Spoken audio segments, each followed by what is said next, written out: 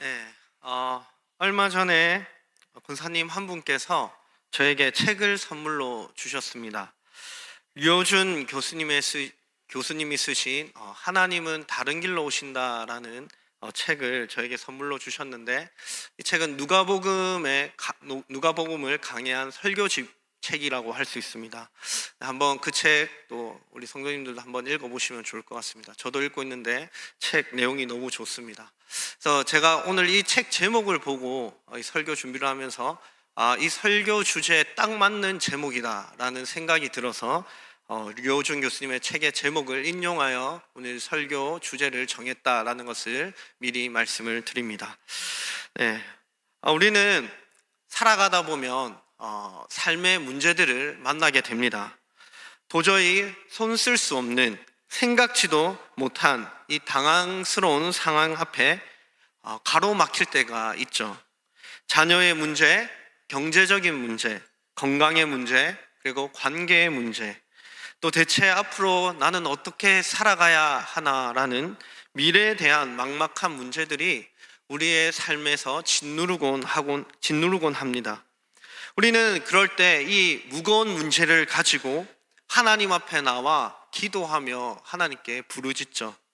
그런데 우리는 이런 삶의 문제를 가지고 하나님 앞에 기도할 때 은연중에 한 가지 기대감을 가지고 하나님 앞에 기도할 때가 있습니다.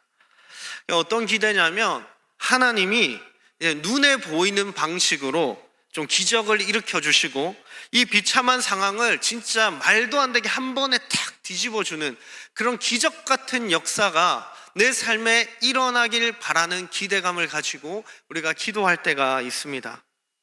다시 말해서 내 삶에도 이런 영화 같은 대역전극들이 일어나길 바라는 마음, 혹은 이 수많은 미디어와 또 간증 속 주인공들처럼 놀라운 그런 간증을 할 수 있는 그런 반전의 역사가 내 안에 일어나길 바라는 마음으로 우리가 은연중에 하나님께 그것을 구하며 기도할 때가 있습니다.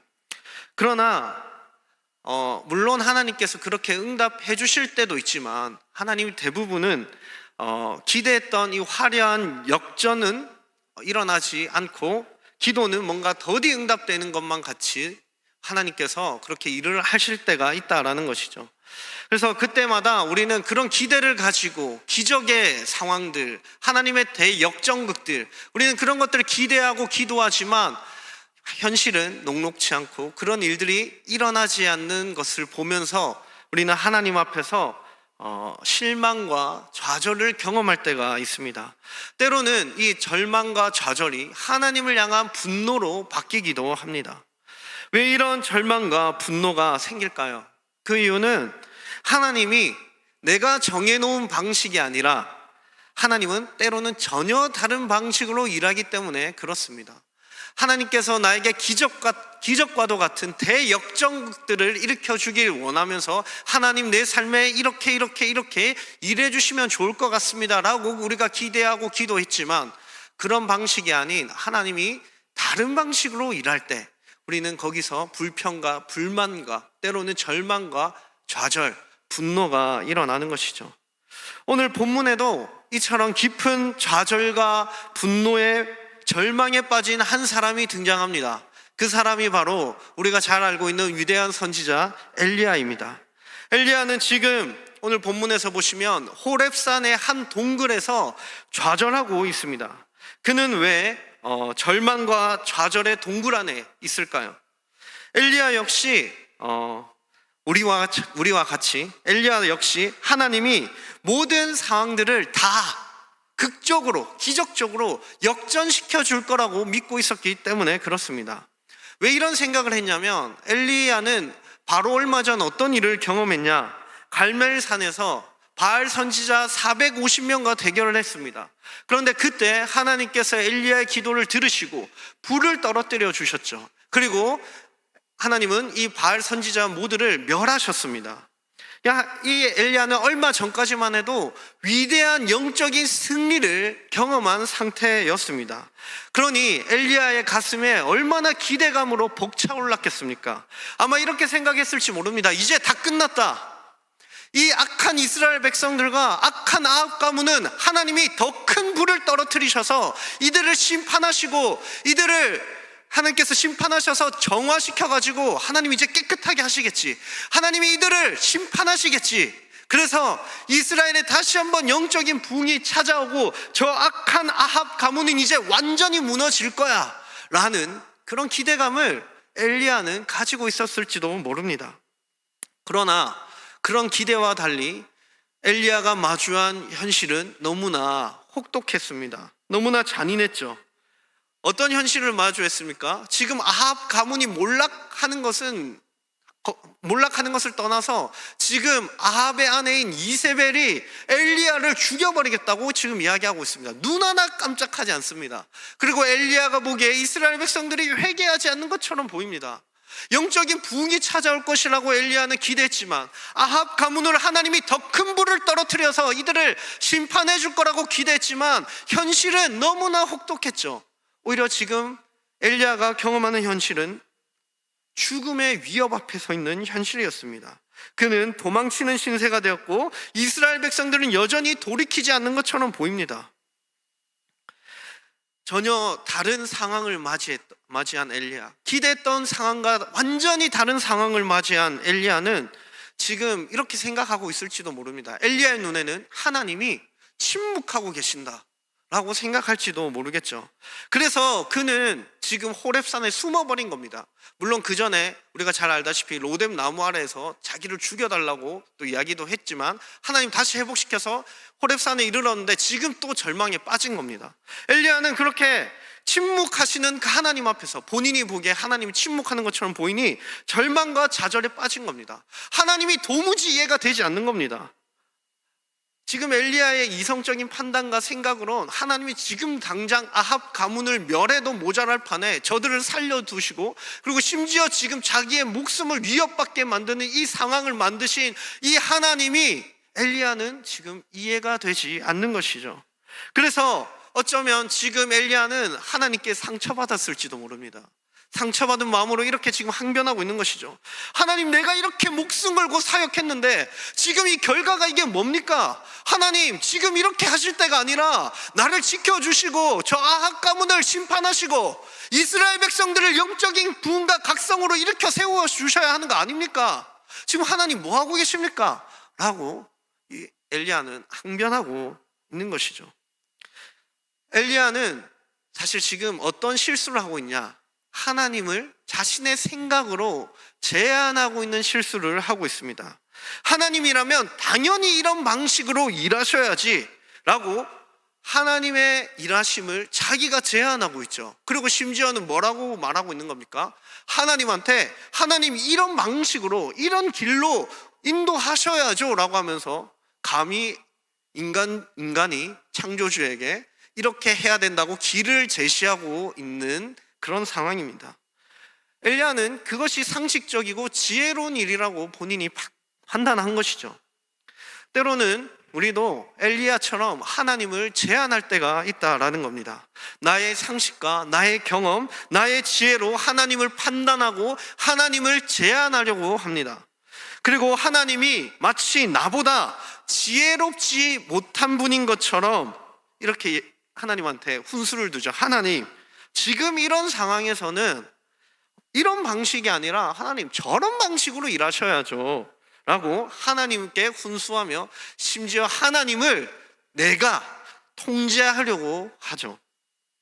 그러나 하나님은 어떤 분이십니까? 하나님은 우리의 생각과 우리의 경험과 우리의 이성과 지혜와 상식을 뛰어넘으시는 분이십니다.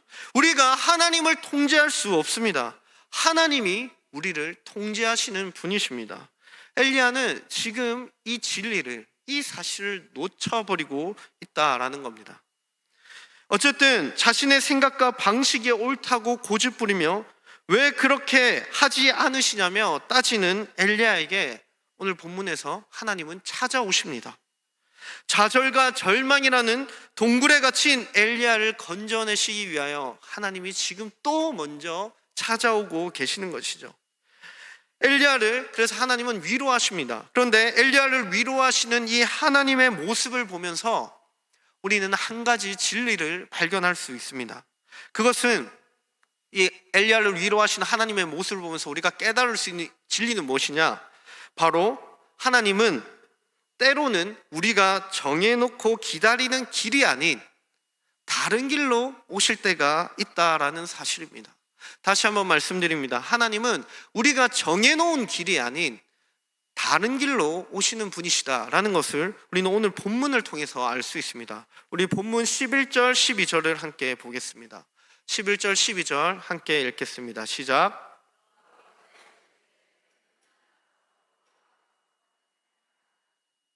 여호와께서 지나가시는데 여호와 앞에 크고 강한 바람이 산을 가르고 바위를 부수나 바람 가운데에 여호와께서 계시지 아니하며 바람 후에 지진이 있으나 지진 가운데도 여호와께서 계시지 아니하며 또 지진 후에 불이 있으나 불 가운데에도 여호와께서 계시지 아니하더니 불 후에 세미한 소리가 있는지라. 아멘.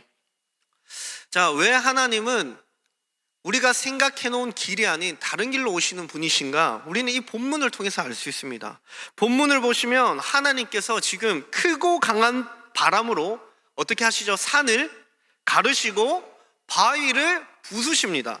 그런데 오늘 본문에 보시면 이 폭풍 가운데 하나님이 여호와 하나님께서 계시지 않았다라고 말씀하고 계시죠.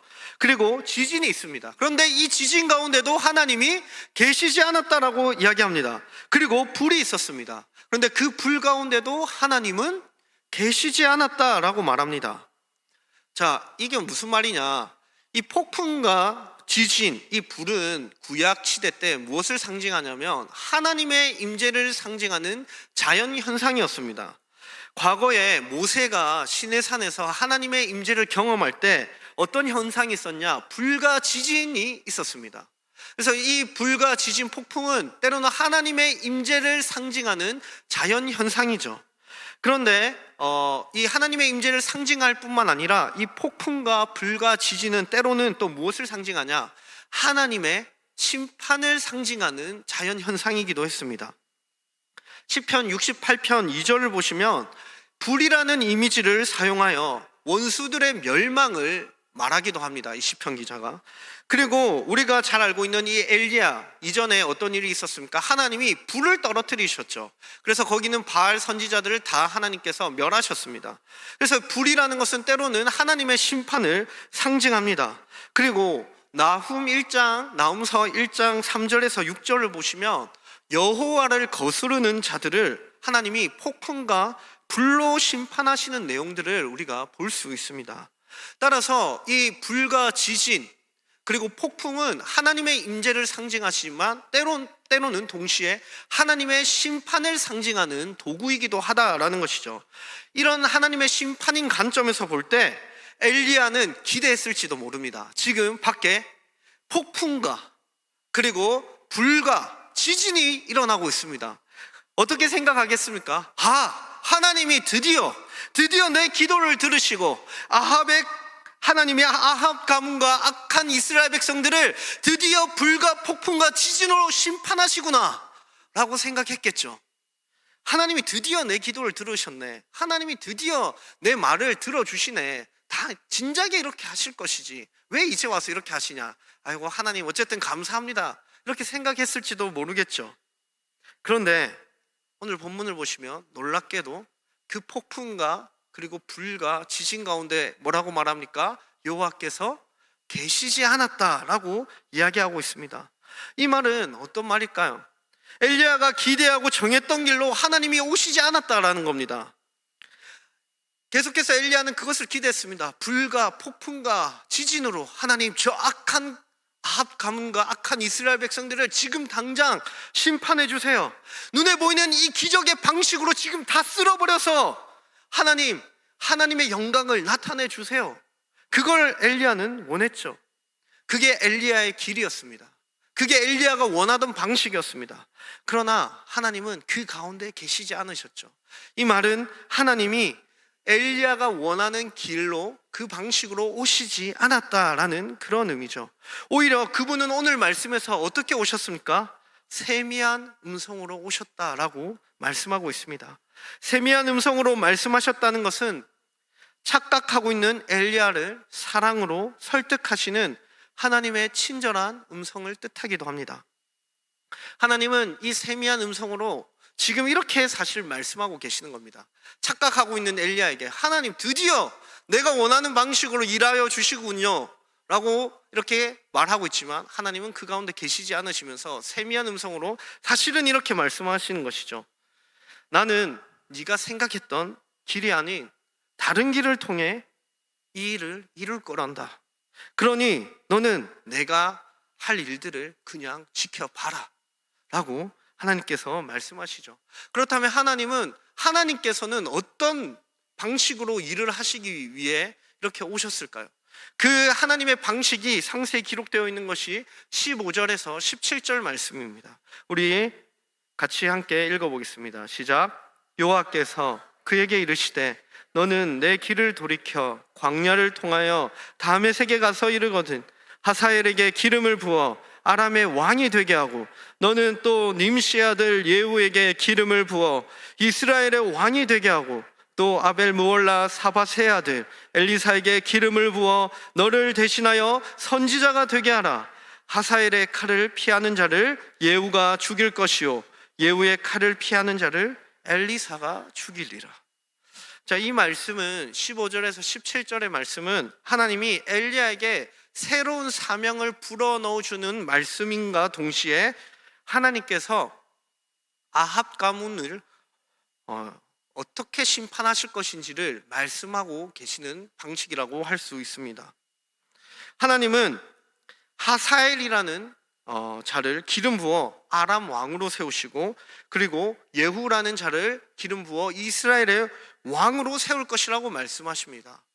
그리고 이 둘에게 기름을 부으심으로 어떤 일을 행하실 것인가, 우리가 오늘 본문에서는 알 수 없지만 열왕기하의 이야기들을 보시면 이 하사엘과 예후가 어떤 일을 하냐면, 하사엘은 아합을 이어 왕이 된 아합의 아들 요람과 전투를 하게 되는데 이 전투에서 요람은 하사엘 손에 죽게 됩니다.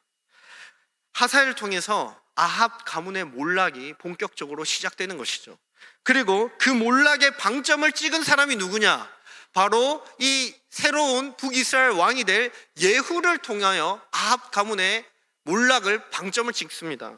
이 아합의 신하였던 예후는 반역을 일으켜서 아합의 아들 70명을 살해하고 또 아합의 아내였던 이세벨을 살해합니다.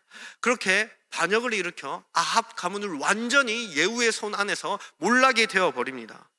따라서 결국 이 아합 왕가는요, 하사엘과 예후의 손에 의해 완전히 무너지게 되고, 그리고 그 시기에 활동했던 선지자가 누구냐면 엘리야가 이제 기름 부을 선지자 바로 엘리사였습니다. 하나님은 이 말씀을 통해서 지금 엘리야에게 뭐라고 말씀하고 계시는 거냐면 이렇게 말씀하시는 겁니다. 너는 지금 너가 원하는 방식이 있지. 그래, 지진과 불과 그 폭풍으로 지금 당장 아합 가문을 심판하고 악한 이스라엘 백성들 심판해서 정화시켜서 이들 안에 다시 영적인 부흥이 오길 너는 기대하고 있지. 그게 너의 방식이지. 그러나 나는 그렇게 일하지 않을 거다. 너는 당장 눈에 보이는 방식으로 극적이고 기적적인 방식을 원하지만 나는 그 일을 그렇게 성취하지 않을 거야 라고 지금 말씀하고 계시는 겁니다. 오히려 하나님은 그런 기적적인 방식이 아니라 이 정치적인 흐름 안에서 조용히 이 일을 이루어 갈 것이다 라고 말씀하고 계시는 겁니다. 우리는 여기서 엘리야가 생각한 길이 아닌 다른 길로 오시는 하나님을 볼 수 있습니다. 이것이 엘리야를 향한 하나님의 세미한 음성이었습니다. 나는 그렇게 일하지 않아. 너의 방식과 달라. 그러니 너는 잠잠히 내가 어떻게 일할지 보고 기다리고 신뢰하고 나를 믿어라. 내가 신실한 하나님이다 라고 지금 말씀하고 계시는 겁니다. 사랑하는 성도님 여러분, 때로는 하나님께서 우리가 생각하는 길이 아닌 다른 길로 오실 때가 있습니다. 내가 생각한 방법이 아닌 다른 방법으로 하나님이 일하실 때가 있습니다. 우리는 지금 당장 눈앞에 홍해가 갈라지고 하늘에서 불이 떨어지는 극적인 방식을 원할 수 있습니다. 그러나 그렇게 당장 눈에 보이는 극적인 일들이 일어나고 기적적인 방식으로 하나님께서 일해 주시길 바랄 수 있지만 하나님은 때로는 그렇게 일하시지 않을 수도 있다라는 겁니다. 하나님은 다른 길로 오실 때가 있습니다. 우리가 생각한 방식이 아닌 다른 방식으로 기도에 응답하실 때가 있습니다. 내가 생각한 길이 아닌 다른 길로 인도하시고 이끌어 가실 때가 있다라는 겁니다. 그 하나님께서 오늘도 세미한 음성으로 우리에게 말씀하십니다. 너의 생각과 너의 경험과 너의 이성과 너의 방식으로 나를 더 이상 제한하지 마라. 네가 나를 통제하는 것이 아니라 내가 너를 통제하는 것이다. 너의 인생을 주도하는 자는 바로 나 여호와 하나님이다. 내 방식대로 일을 성취하는 것이 가장 지혜로운 방식이며 너를 위한 방식이자 가장 지혜로운 길이다. 그러니 나를 신뢰해라.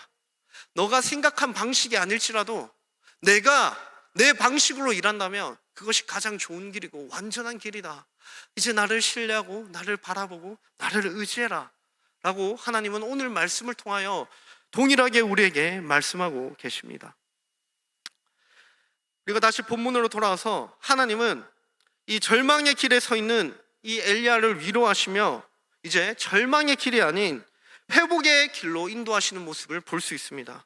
엘리야는 자기가 원하는 길이 있었지만 하나님은 다른 길로 오셨고, 그리고 지금 엘리야는 절망의 길이 있지만 하나님은 회복이라는 다른 길을 보여주시는 것이죠.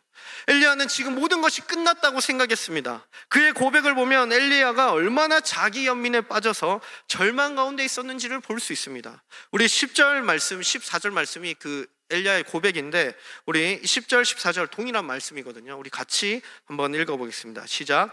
그가 대답하되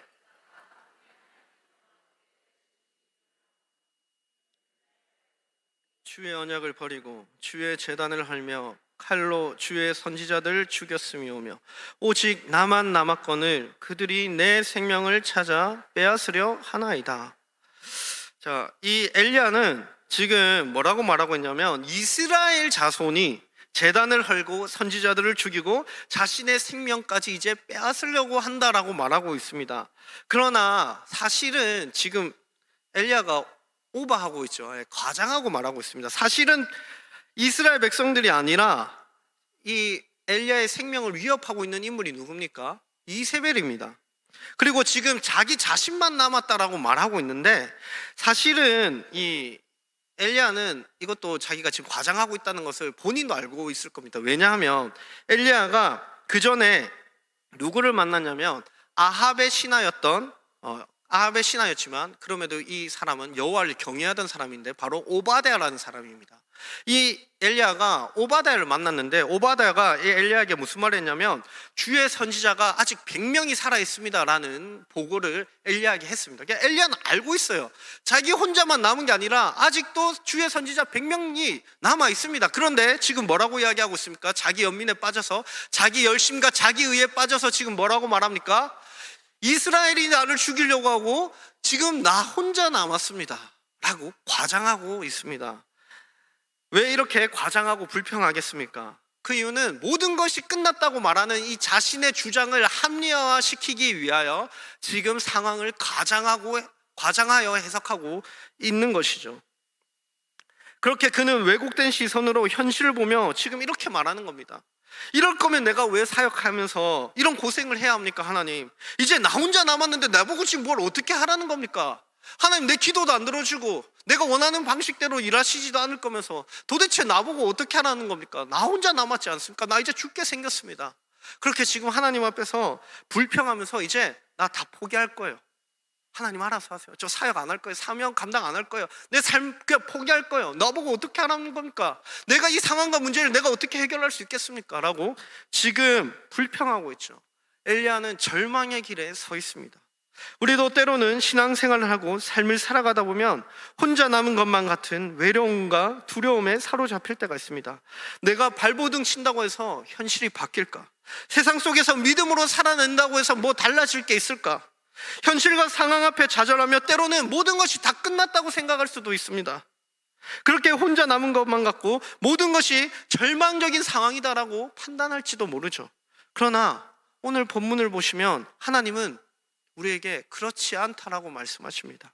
다른 길로 오신 하나님께서 이번에는 엘리야가 생각지도 못한 다른 길을 보여주십니다. 18절 말씀 함께 읽겠습니다. 18절 시작. 그러나 내가 이스라엘 가운데 7,000명을 남기리니 다 바알에게 무릎 꿇지 아니하고 다 바알에게 입맞추지 아니한지라.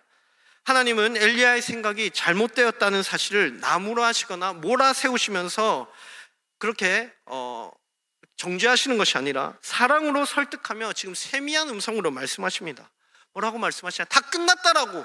이제 저 포기할 거예요. 사명이고 뭐고 저 다 때려치울 거예요 라고 말하는 엘리야에게 하나님이 세미한 음성으로 말씀하십니다. 그렇지 않단다. 너는 혼자가 아니란다. 아직 바알에게 무릎 꿇지 않는 자들이 7,000명이 있단다. 너는 혼자가 아니란다. 너는 끝나지 않았단다. 너의 삶은 망하지 않았단다. 너는 그러니 이제 다시 일어나서 내가 주는 이 사명을 붙들고 다시 삶을 살아내지 않겠니? 그렇게 하나님이 위로하시면서 일으키고 계시는 것이죠. 그리고 오늘 살펴본 것처럼 하사엘과 예후와 엘리사에게 기름을 부으라는 새로운 사명을 주시면서 엘리야가 다시 살아갈 이유를 하나님이 가르쳐 주시고 알려주시고 다시 살아내고 사명을 감당하며 나가라고 말씀하십니다. 그리고 내가 지금 이렇게 일하고 있지 않느냐, 너와 생각이 다른 방식으로 일하고 너와 생각이 다른 방식이지만 그러나 난 내 방식으로 너를 지키고 보호하며 지금 하나님 나라의 이 나라의 역사를 내가 쓰고 있다. 그러니 다시 사명을 감당하며 삶을 살아내라. 포기하지 마라. 나도 포기하지 않으니 너도 포기하지 말라고 하나님께서 그렇게 말씀하고 계시는 겁니다. 그런데 이렇게 하나님께서 절망의 길에 있던 엘리야를 회복의 길로 일으키시는 이 자리가, 이 장소가 어딘지 아십니까? 우리가 오늘 본문에서 보았듯이 호렙산입니다. 이 호렙산은 다른 말로 다른 단어로 신의 산이죠. 지금 엘리야를 다시 일으키는 장소가 어디냐? 바로 신의 산입니다. 신의 산은 어디입니까? 모세가 선지자적 사명을 감당하기 위해 올라갔던 곳입니다. 그곳에서 모세는 하나님께 선지자적 사명을 받고 하나님의 임재를 경험했던 장소였습니다. 바로 그 신의 산에서 모세가 선지자의 사명을 감당하기 위해 올라갔던 그 신의 산에서 지금 엘리야는 뭐라고 말하고 있냐? 선지자 사명을 감당하지 못하겠다고 지금 하나님한테 사직서를 쓰고 있는 겁니다. 그런데 바로 그 자리에서, 모세와 함께 했던 그 자리에서 하나님이 말씀하고 계시는 겁니다. 모세와 함께 했던 내가 너와 함께 한다.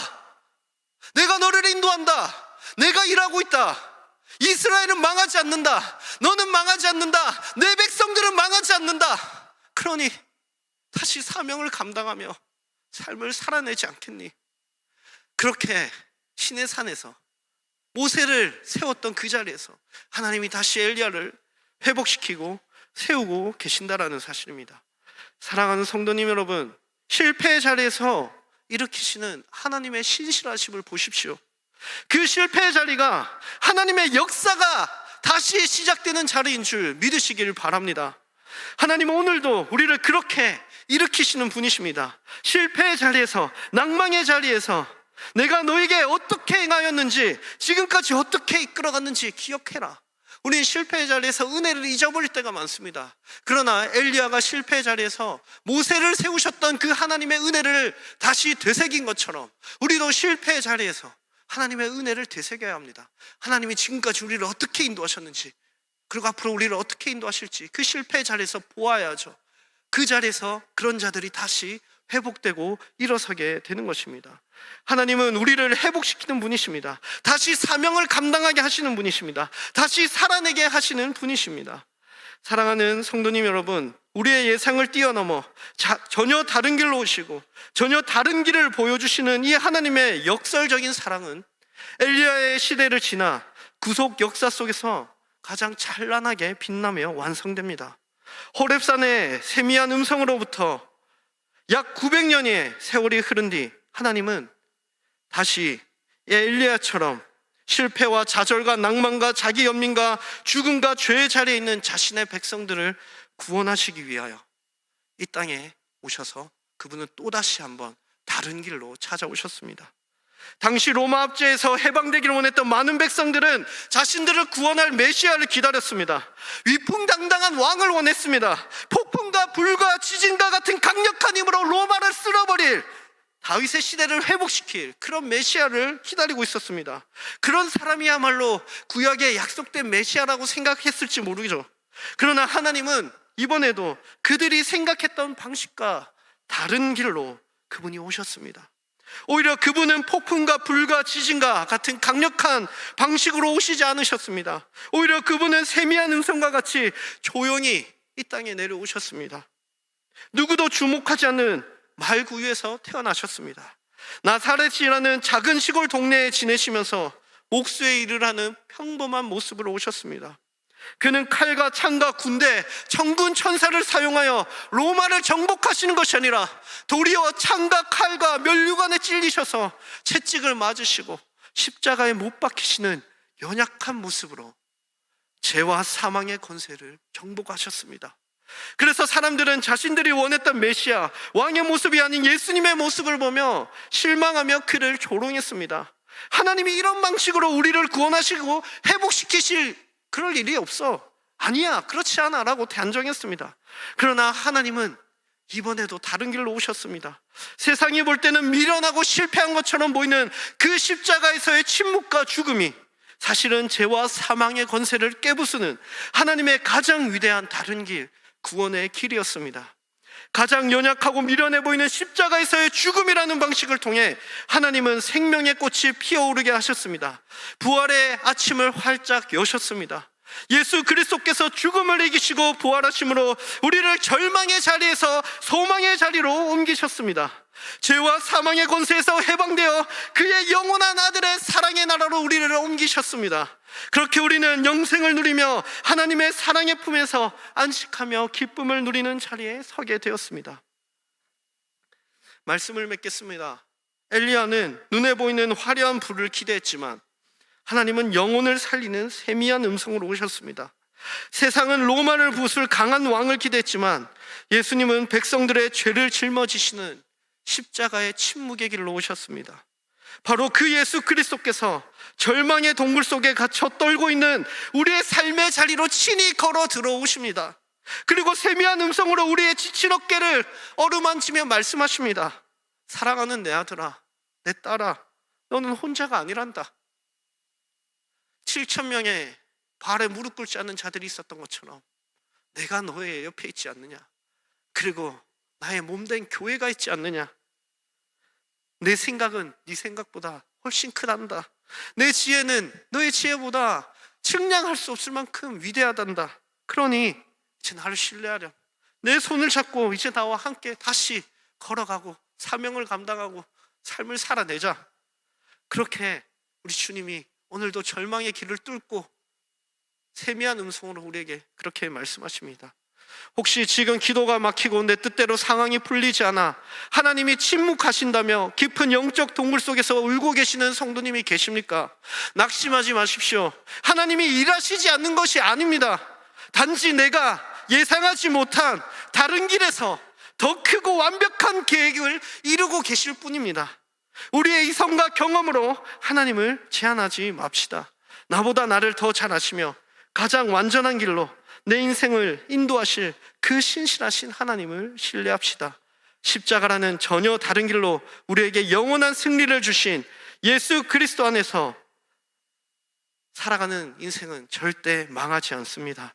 오늘도 주어진 그 삶의 자리를 그리스도 안에서 믿음으로 묵묵히 걸어가시는 우리 모두가 되길 간절히 소망합니다.